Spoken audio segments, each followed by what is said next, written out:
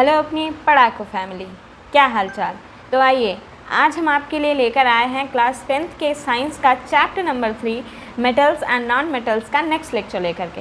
Okay, सो इस chapter का एक लेक्चर हम ऑलरेडी ले चुके हैं। तो अगर आपने अभी तक हमारा वो लेक्चर नहीं देखा है तो प्लीज़ जाइए और हमारा वो लेक्चर भी देख लीजिए, क्योंकि जब चीज़ें हम सीक्वेंस में समझते हैं, सीक्वेंस में पढ़ते हैं, तो चीज़ें हमें ज़्यादा क्लियर होती हैं, ज़्यादा अच्छे से समझ में आती हैं। ओके, सो प्लीज़ आप इंश्योर करें कि आप जो हैं सारे लेक्चर्स सीक्वेंस में देखें।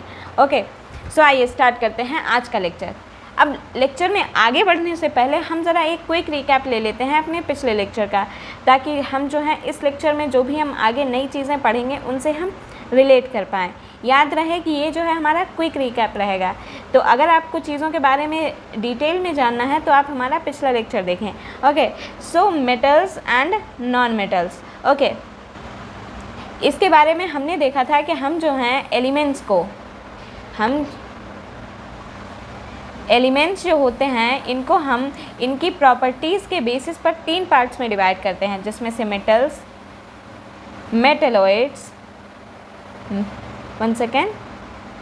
Metals, metalloid and non metals. Okay, तो हमारा जो लास्ट लेक्चर था उसमें हमने मेटल्स की फ़िज़िकल प्रॉपर्टीज़ के बारे में स्टडी करी थी। ओके, क्या फ़िज़िकल प्रॉपर्टीज़ हमने देखी थी, हम जल्दी से देख लेते हैं। ओके, जो आपके मेटल्स होते हैं उनमें एक शाइनिंग सरफेस होती है, इस प्रॉपर्टी को हम बोलते हैं लस्टर। ओके, यानी कि जो आपके मेटल्स होते हैं वो लस्टरस होते हैं, जिसका मतलब होता है कि वो शाइन करते हैं। ओके, मेटल्स जो होते हैं ये आपके सोनोरस होते हैं।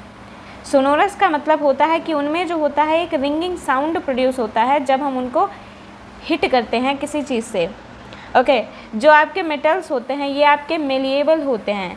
मेलिएबल का मतलब होता है कि इनको जो है हम हैमर से पीट के इनकी जो है थिन शीट्स बना सकते हैं। ओके, जो आपके मेटल्स होते हैं ये आपके डक्टाइल होते हैं। डक्टाइल का मतलब होता है कि हम जो है इनसे लॉन्ग वायर्स बना सकते हैं। ओके, डक्टाइल के लिए मैंने आपको बताया था कि इसमें ये डक्ट वर्ड जो है ये नली को जो है शो कर रहा है, तो आप इसका यूज़ करके आप इजीली इस चीज़ को याद कर सकते हैं कि डक्टाइल का मतलब क्या होता है। ओके, जो मेटल्स होते हैं ये आपके हार्ड होते हैं एंड सॉलिड होते हैं। ओके, हार्ड होते हैं एंड सॉलिड होते हैं। इसमें हमने एक एक्सेप्शन पढ़ा था सॉलिड वाले में कि जो हमारा Hg होता है, यानी कि जो हमारा मर्क्यूरी होता है, ये आपका रूम टेम्परेचर पर लिक्विड स्टेट में पाया जाता है। ओके, सो ये जो है एक एक्सेप्शन होता है किसके लिए, सॉलिडिटी, जो हमारी ये जो इसकी जो सॉलिड स्टेट वाली जो हमारी स्टेटमेंट है। ओके, हम जो है इसकी डक्टिलिटी, अगर की डक्टिलिटी की बात करें तो सबसे ज़्यादा आपके गोल्ड में पाई जाती है, यानी कि आप 1 ग्राम गोल्ड को 2 किलोमीटर लंबी वायर में आप खींच सकते हैं। ओके, सो मेटल्स जो होते हैं ये आपके गुड कंडक्टर होते हैं फॉर हीट एंड इलेक्ट्रिसिटी। ये जो है हीट एंड इलेक्ट्रिसिटी को कंडक्ट करने के लिए बहुत ही अच्छा मटेरियल होते हैं। ओके, हीट अगर हम सबसे अच्छे कंडक्टर की बात करें तो वो हमारा आ जाता है सिल्वर एंड कॉपर। ओके, हम सभी के घरों में जो भी हम लोग इलेक्ट्रिसिटी की जो वायरिंग वगैरह होती है हमारे घरों में, उसमें जो वायर्स यूज़ करे जाते हैं वो वायर्स आपके कॉपर के होते हैं। ओके, जो कि काफ़ी फेमस हैं। ऑलराइट, सो देखिए ये कुछ क्वालिटीज़ होती हैं हमारे मेटल्स की, जिसमें से अगर हम बात करें तो सारी ही क्वालिटीज़ जो होती हैं वो हमारी शो करती हैं कि कोई दिया गया मेटल जो है, कोई दिया गया एलिमेंट जो है वो आपका मेटल है या नॉन मेटल है। इन कुछ प्रॉपर्टीज़ को देखकर, इन कुछ प्रॉपर्टीज़ को आप देखकर, समझकर बता सकते हैं कि ये आपका मेटल है या नॉन मेटल है। ये सारी प्रॉपर्टीज़ जो हैं ये आपकी ऑब्जर्वेबल प्रॉपर्टीज़ हैं, तो इन सभी प्रॉपर्टीज़ को हम फिज़िकल प्रॉपर्टी बोलते हैं। Okay, physical property, physical property बोलते हैं। ओके, फिज़िकल प्रॉपर्टीज़ जो होती हैं, कल मैंने आपको बताया था कि ये आपके ऑब्जर्वेबल प्रॉपर्टीज़ होती हैं। ओके, ऑब्जर्वेबल यानी कि जिनको जो है आप बाहर से ऑब्ज़र्व कर सकते हैं। ऑलराइट, तो ये था कल के लेक्चर का क्विक रिकैप। ओके, सो आज के लेक्चर की तरफ हम बढ़ते हैं और आज के लेक्चर की शुरुआत करते हैं। Okay, so let's get started. सबसे पहले हम आज के लेक्चर के लिए चैप्टर फ्लो देख लेते हैं। कि हम जो हैं आज के लेक्चर में क्या क्या पढ़ने वाले हैं, क्या क्या नई चीज़ें जानने वाले हैं। ओके, सो आज के लेक्चर में सबसे पहले हम पढ़ने वाले हैं physical properties of non metals. जो नॉन मेटल्स होते हैं उनकी कुछ फिज़िकल प्रॉपर्टीज़ हम पढ़ेंगे। देन हम क्या देखने वाले हैं कि कुछ एक्सेप्शंस होते हैं, किसी भी मेटल या नॉन मेटल की फिज़िकल प्रॉपर्टीज़ को लेकर के। Okay, so exceptions for physical properties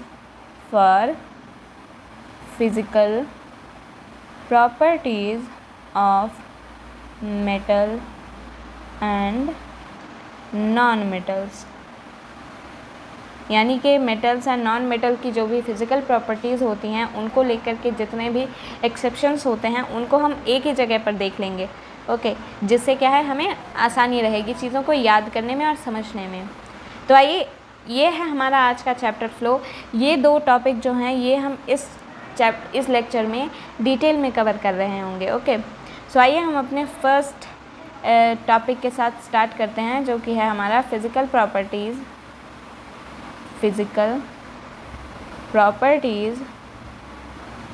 of non metals.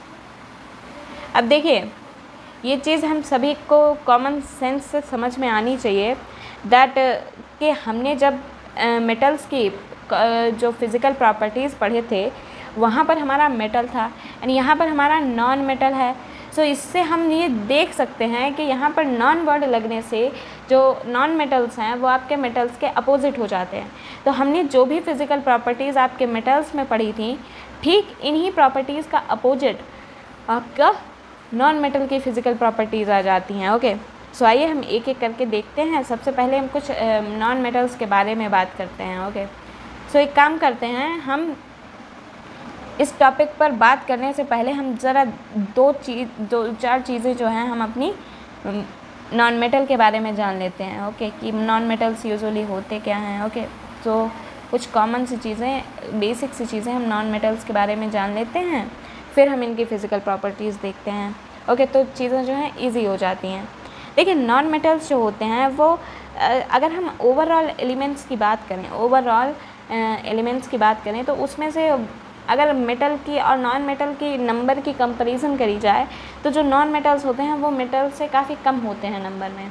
Okay, सो हमारे यहाँ अभी अगर हम ध्यान दें तो हमारे पास, अगर हम बात करें अपनी आवर्त सारणी की, यानी कि पीरियोडिक टेबल की बात करें, तो उसमें अभी अगर हम करंट की बात करें तो हमारे पास 114 या इससे ज़्यादा जो हैं एलिमेंट्स इस टाइम पर मौजूद हैं, डिस्कवर्ड हैं। ओके, जिसमें से अगर हम बात करें तो काफ़ी सारे जो हैं वो आपके मेटल्स हैं एंड अगर मेटल्स से तुलना की जाए नॉन मेटल्स की तो ये काफ़ी कम होते हैं नंबर में। ओके, सो हम यहाँ पर ये पॉइंट लिख सकते हैं that there are very few non metals than metals in number. Okay, यानी कि मेटल्स जो हैं वो आपके नंबर में ज़्यादा होते हैं नॉन मेटल से। अब हम एग्जांपल में क्या लेंगे नॉन मेटल्स के एग्जांपल में आपके लाइक कार्बन, सल्फ़र, कार्बन हो गया, सल्फ़र हो गया, आयोडीन, देन आपका ऑक्सीजन, हाइड्रोजन और बहुत से होते हैं। ओके, आप लोग इंश्योर करें कि आप जो हैं इन सभी के, इनफैक्ट सभी एलिमेंट्स के, ज़्यादातर एलिमेंट्स के जो हैं आपको सिंबल्स पता होने चाहिए कि किस एलिमेंट को हम किस सिंबल से डिनोट करते हैं। ओके, क्योंकि हर जगह पे आपको यूँ फुल नेम नहीं लिखे मिलेंगे। ओके, सो आपको सिंबल्स याद होने चाहिए सबके। लाइक कार्बन को हम C से डिनोट करते हैं, सल्फ़र को हम S से डिनोट करते हैं, आयोडीन को हम I से डिनोट करते हैं, ऑक्सीजन को हम O से डिनोट करते हैं, हाइड्रोजन को हम H से डिनोट करते हैं। अब आपने यहाँ पर देखा होगा कि मैंने जितने भी सिंबल्स लिखे हैं उसमें इन सभी का फर्स्ट लेटर है, बट ये ज़रूरी नहीं होता है कि हम हर जगह पर जो है फर्स्ट लेटर ही यूज़ कर रहे हैं। ओके, जैसे अगर हम लेड की बात करते हैं तो लेड का सिंबल होता है Pb, जबकि इसमें P और B कहीं पर आ ही नहीं रहे हैं। तो इसलिए आपको याद करना ज़रूरी है कि आप किस एलिमेंट को किस सिंबल से डिनोट करेंगे। ओके, तो अगर आपके सामने कोई इन्फॉर्मेशन कोई एलिमेंट दिया हुआ है तो आप उसको ईज़िली रिकग्नाइज़ कर पाएँ कि आपसे जो है किस एलिमेंट के बारे में बात करी जा रही है। ओके, सो ये तो हैं इसके एग्जांपल्स। अब अगर हम पीरियोडिक टेबल की बात करते हैं तो जो आपके एलिमेंट्स जो आपके नॉन मेटल्स होते हैं वो आपके जो पीरियोडिक टेबल में राइट साइड में दिए होते हैं। ओके, लेफ़्ट साइड में आपके मेटल्स दिए होते हैं, तो ये इनकी पोजीशन होती है कि ये पीरियोडिक टेबल के लेफ़्ट साइड में दिए होते हैं। These are situated at the right side of the periodic table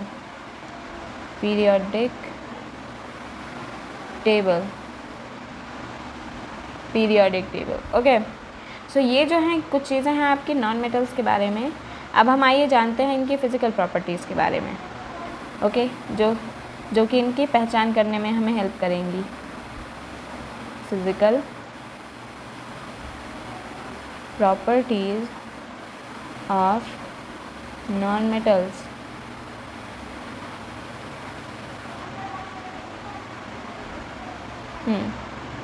देखिए, अब मैं ऐसे ही पॉइंट टू पॉइंट लिख दूँगी एंड आपको जो है इसके बारे में कुछ बातें भी बताती जाऊँगी। ओके, अगर हम सबसे पहली इसकी अगर प्रॉपर्टी की बात करें जो कि हमारी फ़िज़िकल प्रॉपर्टी होगी, यानी कि जिसको हम ऑब्ज़र्व कर सकते हैं, वो ये है कि ये या तो आपके सॉलिड होते हैं या ये गैस होते हैं ज़्यादातर। बट कुछ जो हैं, कुछ की बात करें तो ये एक्सेप्शन है दैट ब्रोमीन जो होता है ये आपका नॉन मेटल है, बट ये आपका लिक्विड स्टेट में पाया जाता है। ओके, सो ये एक एक्सेप्शन है। तो मैं इसी टाइप के एक्सेप्शंस के ऊपर बात कर रही थी जो कि हम बाद में डिटेल में पढ़ेंगे। ओके, सो हम फर्स्ट पॉइंट क्या लिखेंगे? The non-metals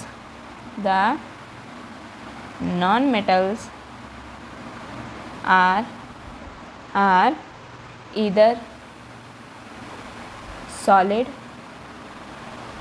or gases. Okay, are either solid or gases except bromine, which is liquid at room temperature।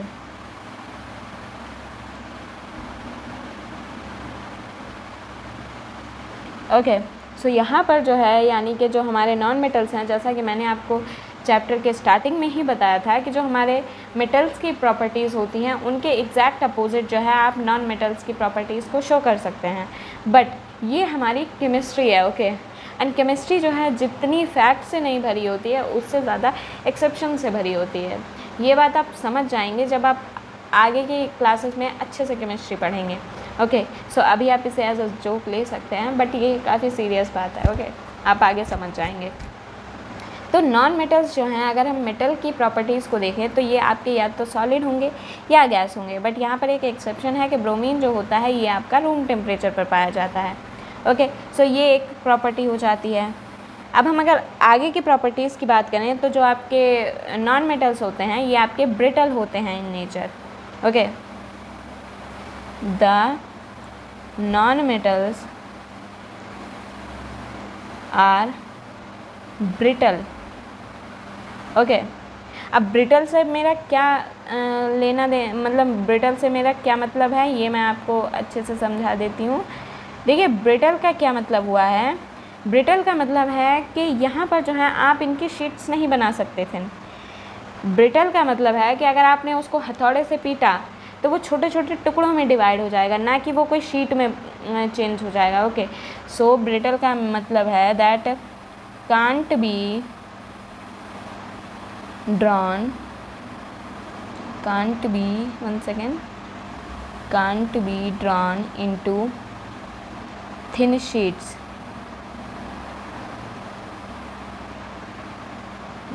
will break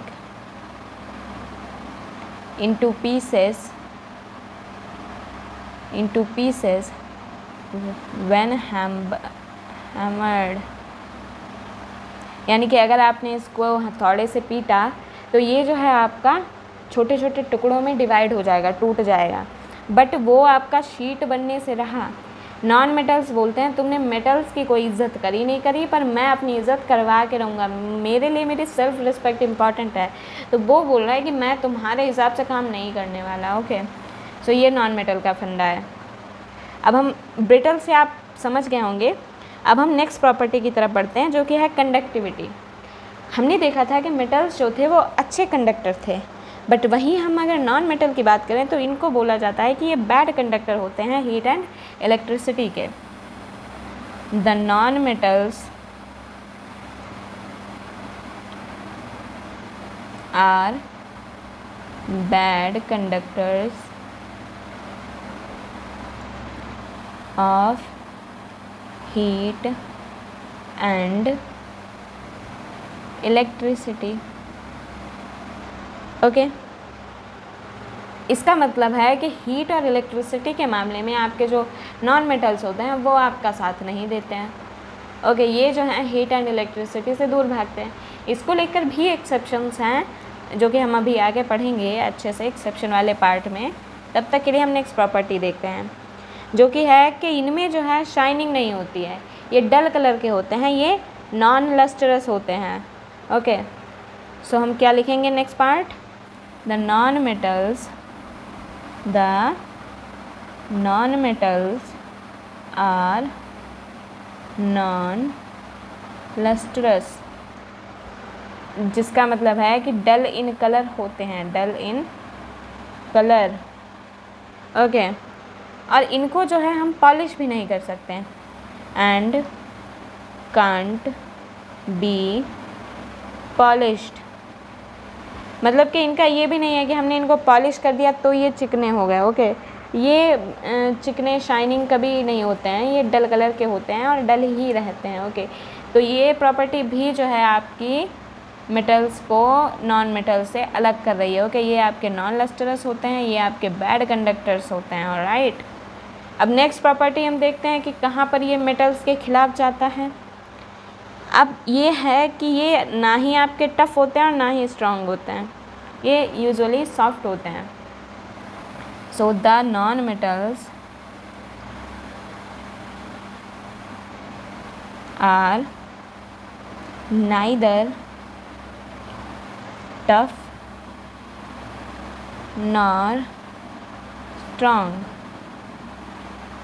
यानी कि ये आपके ना ही टफ़ होते हैं और ना ही बहुत ज़्यादा स्ट्रॉन्ग होते हैं। कुल मिलाकर साफ सीधी बात करें तो इनको अगर आपके सर पे मारा जाए तो आपका सर नहीं फटेगा।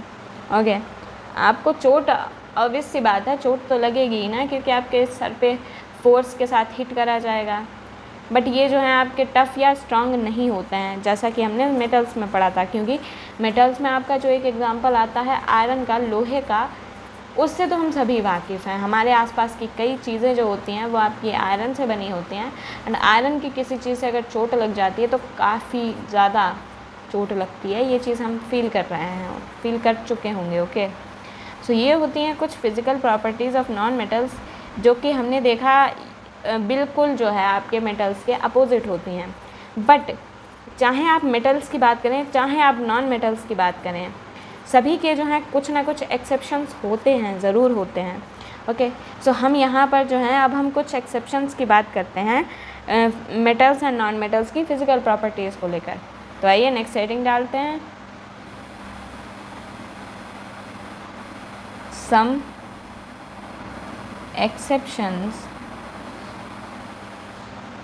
exceptions for physical properties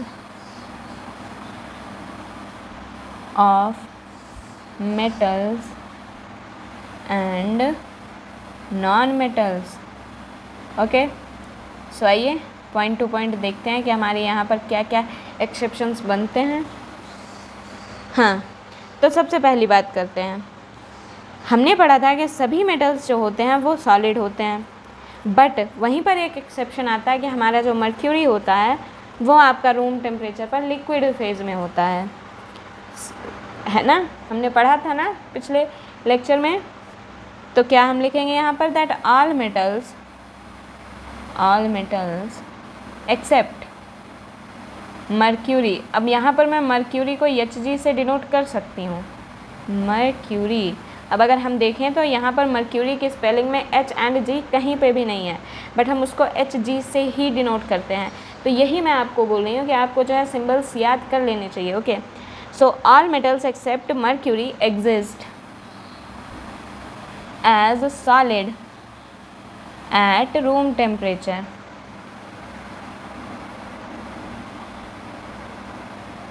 यानी कि रूम टेम्परेचर पर आपके सभी मेटल सॉलिड होते हैं, बट जिसमें जो है मर्क्यूरी मेटल्स को धोखा दे देती है। ओके, फिर हमने सेकंड पढ़ा था कि जो मेटल्स होते हैं उनके पास हाई मेल्टिंग पॉइंट होता है, बट इसके भी आपके पास एक्सेप्शंस हैं। All metals have high melting point, high melting point,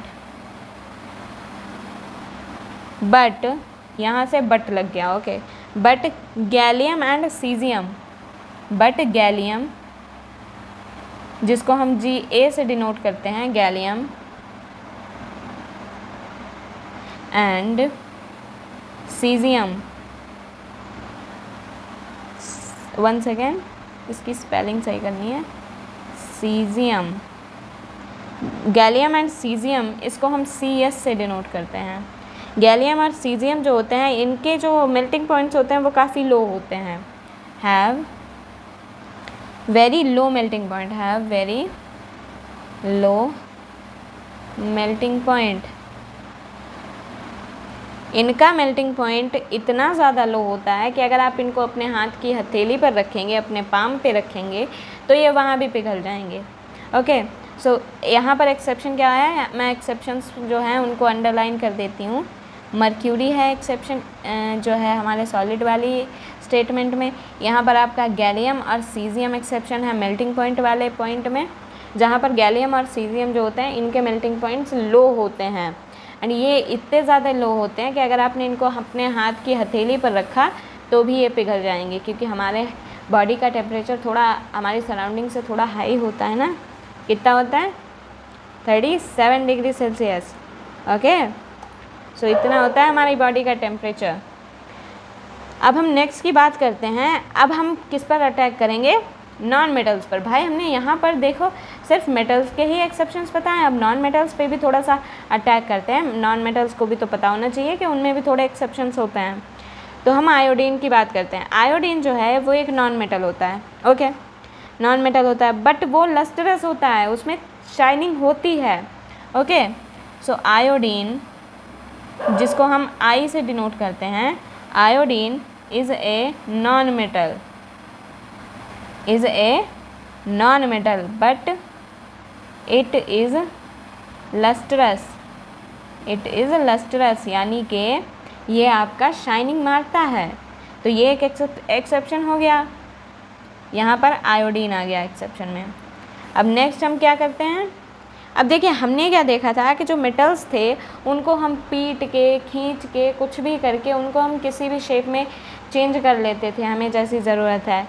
non metals के साथ ऐसा नहीं है, वो ब्रिटल हैं, अगर हम उनको चोट मारेंगे तो वो तुरंत टूट जाएंगे, वो बोलेंगे आप कर लो जो करना है, मैं नहीं बन रहा, ठीक है।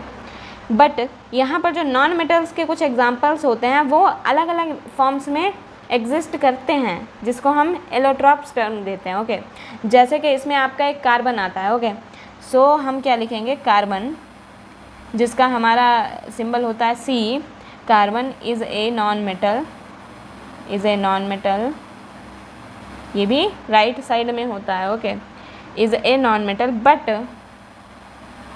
Exist in different forms, in different forms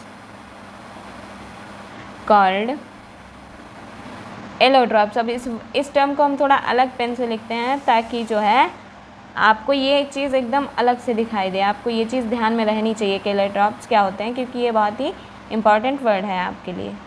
okay, सो आपको पता होना चाहिए एलोट्रॉप्स क्या होते हैं, इसकी डेफिनेशन भी एग्ज़ाम में आ जाती है कभी कभी। ओके, सो ये होते हैं एलोट्रॉप्स, क्या होते हैं, जो डिफरेंट फॉर्म्स होती हैं किसी एलिमेंट की। ओके, अब जो है हम कार्बन के कुछ जो है 2 इसके जो एलोट्रॉप्स होते हैं उनके बारे में थोड़ा सा ऊपर से जानकारी ले लेते हैं। या कार्बन के 2 एलोट्रॉप्स होते हैं। एक होता है आपका डायमंड, या वही वाला डायमंड जो कि काफ़ी एक्सपेंसिव होता है। एक होता है ग्रेफाइट।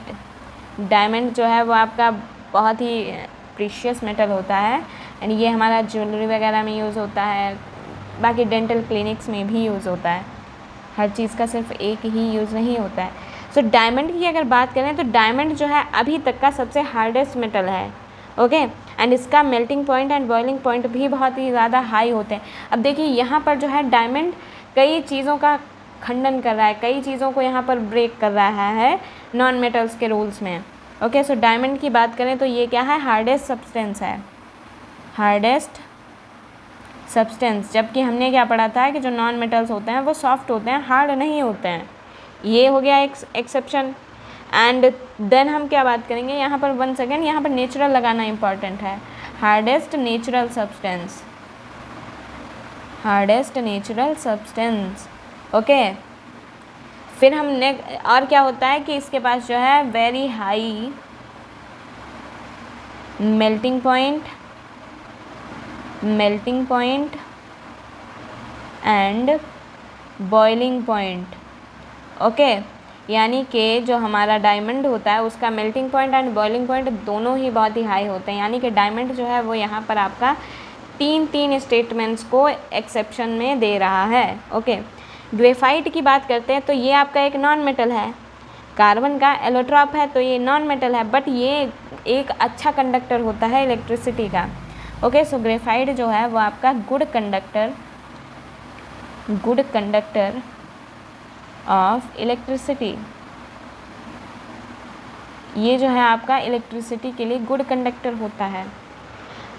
अब ये तो हो गई बात भाई, हमने यहाँ पर एक्सेप्शन ये लिखा था कि ये डिफरेंट फॉर्म्स में पाया जाता है, बट इसके एलोट्रॉप्स ने ज़्यादा ही एक्सेप्शन मचा दिए। ओके अब हम अपने नेक्स्ट पॉइंट की तरफ चलते हैं। कौन सा पॉइंट था ये, 5th पॉइंट की तरफ चलते हैं। 5th पॉइंट में हम क्या बात करेंगे कि जो हमारे एल्कली मेटल्स होते हैं, अब जो है हम घूम के फिर से मेटल्स पे आ गए। ओके जो आपके एल्कली मेटल्स होते हैं, हमने बात करा था कि मेटल्स जो होते हैं वो हार्ड होते हैं, की थी ना बात कि मेटल्स जो होते हैं वो हार्ड होते हैं। अगर आपके सर पे किसी ने फेंक के मार दिया तो आपका सर फट जाएगा। बट वहीं एक्सेप्शन ये है कि जो हमारे एल्कली मेटल्स होते हैं वो काफ़ी सॉफ्ट होते हैं।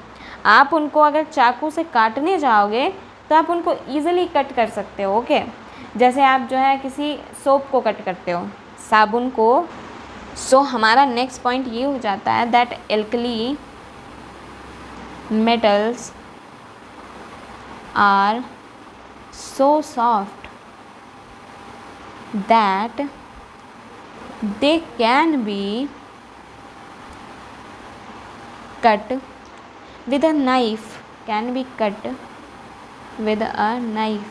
यानी कि आप चाकू लेके जाइए और वो आप आसानी से कट जाएंगे। ओके और एक चीज़ है एल्कली मेटल्स की कि इनके जो मेल्टिंग पॉइंट होते हैं एंड डेंसिटी होती है वो काफ़ी लो होती है, जबकि हमने देखा था कि मेटल्स के मामले में जो डेंसिटी होती है एंड मेल्टिंग पॉइंट होता है वो काफ़ी हाई होता है।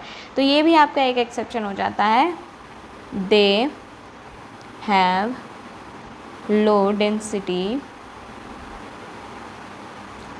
एंड मेल्टिंग पॉइंट, यानी कि इनकी जो है आपकी डेंसिटी भी लो हो रही है एंड मेल्टिंग पॉइंट भी लो हो रहा है। ओके ये जो हैं कुछ एक्सेप्शंस हैं। ओके आपके जो है नॉन मेटल्स एंड मेटल्स की फ़िज़िकल प्रॉपर्टीज़ को लेकर। ओके अब देखिए फ़िज़िकल प्रॉपर्टीज़ जो होती हैं ये आपकी बाहरी प्रॉपर्टीज़ हैं, ये आपकी ऑब्जर्वेबल प्रॉपर्टीज़ हैं। ओके ये जो प्रॉपर्टीज़ होती हैं आपकी, ये बाहरी फैक्टर्स से जो है इफ़ेक्ट हो सकती हैं। ओके ये बाहरी जो हमारे फैक्टर्स होते हैं लाइक हमारा एटमॉस्फेयर है, इससे भी इफ़ेक्ट हो सकती हैं।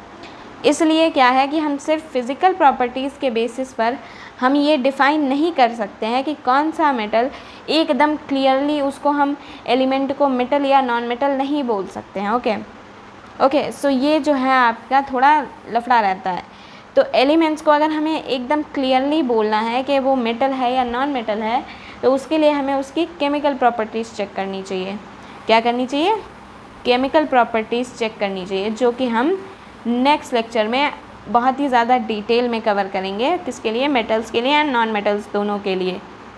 ओके, एंड देखिए एक चीज़ और होती है कि जो आपके नॉन मेटल्स होते हैं वो ज़्यादातर आपके एसिडिक ऑक्साइड्स बनाते हैं जब हम उनको वाटर में डिज़ोल्व करते हैं। ओके, यानी कि नॉन मेटल्स जो होते हैं वो आपके वाटर में डिज़ोल्व करने पर एसिडिक ऑक्साइड बनाते हैं।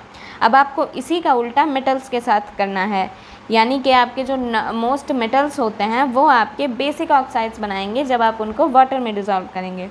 ओके, तो ये पॉइंट मैं लिख दूँ आपके लिए, जो है थोड़ा हेल्पफुल रहेगा। यहीं पे लिख देती हूँ that most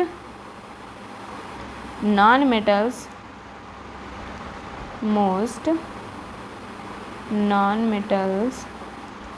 produce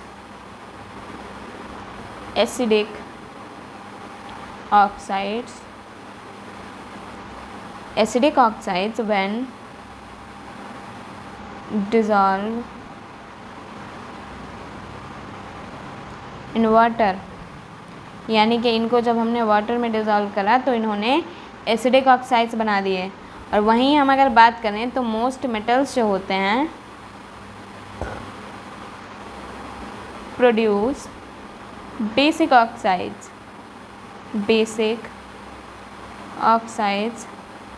when dissolved in water. Okay, अब देखिए ये ऑक्साइड्स जो होते हैं कैसे बनते हैं, इनका नेचर कैसा होता है, इनको हम ये जो हैं किन किन चीज़ों से इफ़ेक्ट होते हैं, ये कैसे रिएक्शन करते हैं आगे, इसके बारे में हम नेक्स्ट लेक्चर में डिटेल में पढ़ेंगे जब हम केमिकल प्रॉपर्टीज़ के बारे में पढ़ेंगे। ओके, सो आज का लेक्चर में जो है हमने कुछ प्रॉपर्टीज़ देख ली हैं इनकी, किसकी? मेटल्स की या नॉन मेटल्स की। अब जो है हम थोड़े क्वेश्चंस कर लेते हैं मेटल्स एंड नॉन मेटल्स की फ़िज़िकल प्रॉपर्टीज़ को लेकर के। ये क्वेश्चंस आपको आपकी एनसीईआरटी में मिल जाएंगे इजीली, मैंने वहीं से लिए हैं। ओके, सो यहाँ पर जो है आपका फर्स्ट क्वेश्चन है दैट गिव एन एग्जाम्पल, यानी कि हमें जो है सभी का एक एक एग्जाम्पल देना है। Give an example of metal, यहाँ पर जो है मेटल को लेकर के क्वेश्चन पूछा गया है। विच, यानी कि अब हम देखते हैं कि कौन सा हमसे पूछा जा रहा है। Okay, is liquid at room temperature, which is liquid at room temperature. तो ये हमने अभी एक्सेप्शन में पढ़ा था कि रूम टेम्परेचर पर कौन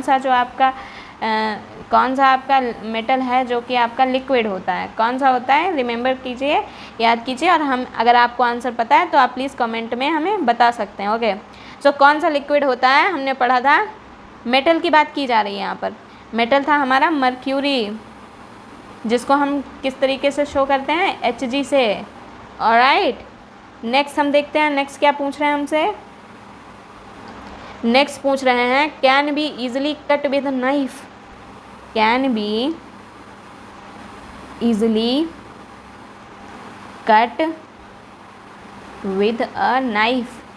ये ध्यान रहे कि यहाँ पर वो मेटल्स के बारे में पूछ रहे हैं, आप किसी भी नॉन मेटल को यहाँ पर नहीं आंसर कर सकते। ओके, सो कौन सा हो जाएगा हमारा? सोडियम, इसका आंसर हो जाता है सोडियम। ओके, चलिए अब हम नेक्स्ट देखते हैं। नेक्स्ट है हमारा कि is the best conductor of heat, is the best conductor of heat. ये हमने अपने पिछले लेक्चर में पढ़ा था कि बेस्ट कंडक्टर ऑफ हीट क्या होता है। यहाँ पर वो एक पूछ रहे हैं, जबकि हमने पिछले लेक्चर में 2 एग्जाम्पल्स पढ़े थे। कौन कौन से?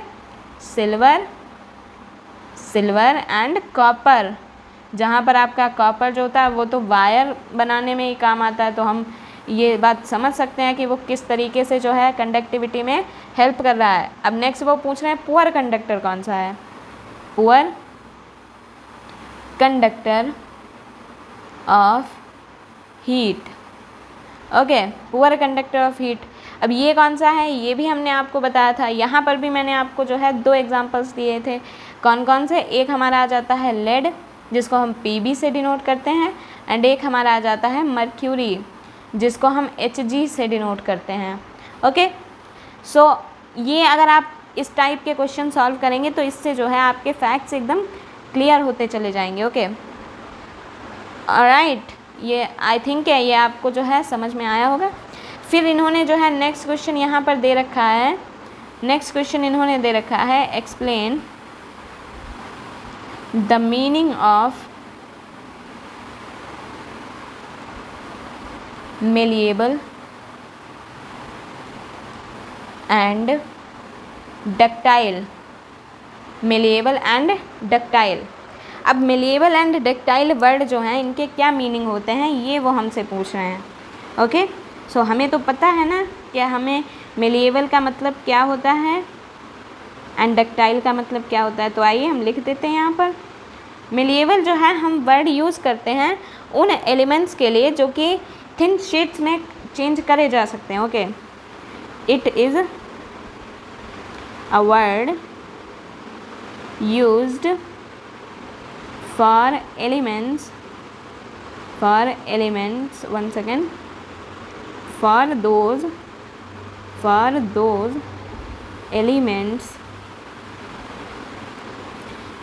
elements that can be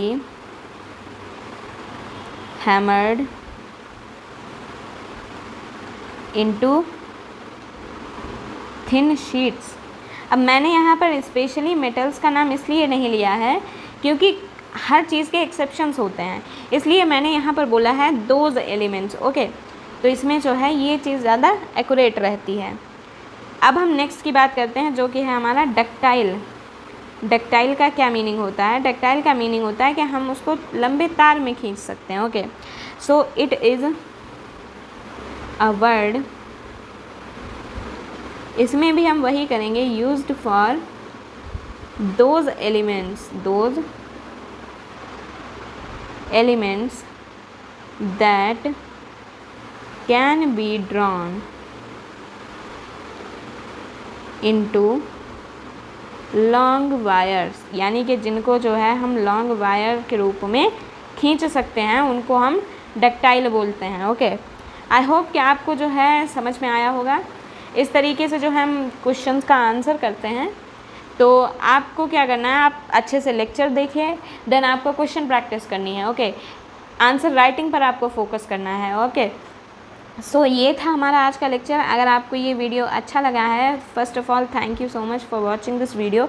अगर आपको ये वीडियो अच्छा लगा है तो प्लीज़ लाइक एंड शेयर ज़रूर करें एंड हमारे चैनल ग्लोबल बोर्ड्स को सब्सक्राइब ज़रूर करें। Okay, bye.